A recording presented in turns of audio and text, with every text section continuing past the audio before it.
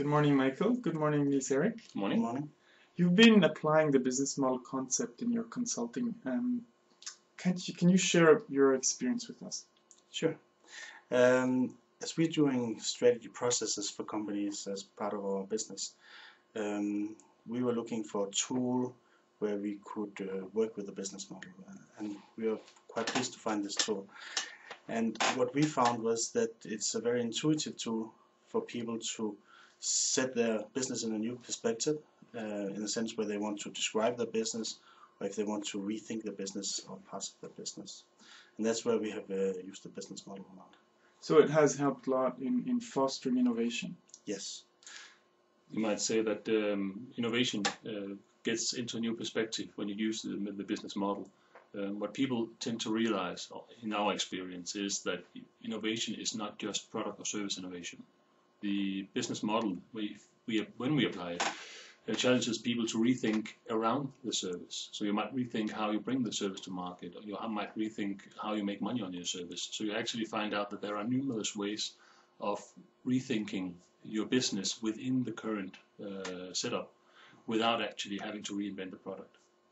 You were telling me a little bit about a portfolio approach to business models. Can you explain that?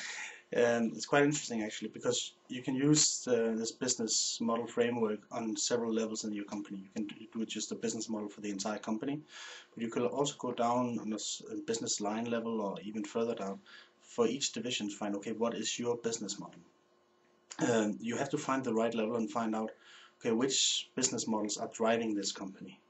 You identify these business models, you describe them, and you try to put them into a portfolio where you say, okay, which ones are the ones that adhere to our strategy best? Which ones are the ones that have the greatest potential for future growth in this company? And which ones need investments, and how many investments do they need? So you kind of end up with an overview and say, okay, I need to make money today. I also need to have something where I can make money tomorrow. But we should be careful not to have business models that are either focused on future potential or are focused on only today. So this portfolio thinking is try to create the number of business models within your company or corporation that support both being successful today, but also investing in being successful tomorrow. So it has been something that has been able to has helped you to prioritize with your business. Yeah. It has had two advantages. We recently used it with a media advertising agency in Denmark, and the powerful tool there was also that you get a common language across multi-functions. So the moment you're actually able to describe your business model, you're also able to start killing the business models off who are not profitable. And the challenge used to be that whomever was burning in their hearts to do something new would be able to do it without actually knowing whether it was good for business or whether it supported the long-term strategy or not. With the business model approach, you get a common language. It's not exact, but it has the right level of abstraction that you can actually start discussing, is this model actually beneficial for our company overall or not? And you are not into I think or I feel anymore. You're into a consensus around these models are discontinued because they do not support our business. You were addressing language and prioritizing. How strong has the visualization played a role in this? I think it has been quite strong, also because it's not strategy professionals that we're working with. I mean, we're working, of course, with the management level, but you also have to get into business line level. And they're not trained for this, and this is why it's very important that people find intuitively that this is a good language to use. You can say sometimes you describe your business with words as we want to conquer the Swiss-German market for some kind of product, and that's one way of describing your company and what you do. You have another level where you describe boxes and triangles, and you try to describe your processes inside the company, where you lose your overview of it. This is somewhere in between on a level where you say, okay, this is with a good abstraction level, but you can still move it around like blocks, see where you can create. So this is why it's so good for rethinking, both for describing your business, having this common language, but also for rethinking elements of it.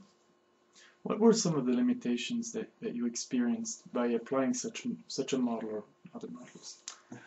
Well, Michael first came with a model and he was very enthusiastic about it, but it was theoretically descriptive. And I basically thought, well, stop wasting your time. it didn't make much sense to me. And we actually had the same challenge the first time we applied it, because giving a theoretical explanation would catch the people who are used to think strategy. But if you want to take it beyond that, other people get turned off because it looks like just another theory model. The moment we added a concrete example to it, we suddenly realized that then we got everyone along with us, because people started intuitively saying, this actually makes sense. I can actually see my business in here. I can actually start maneuvering my business in here.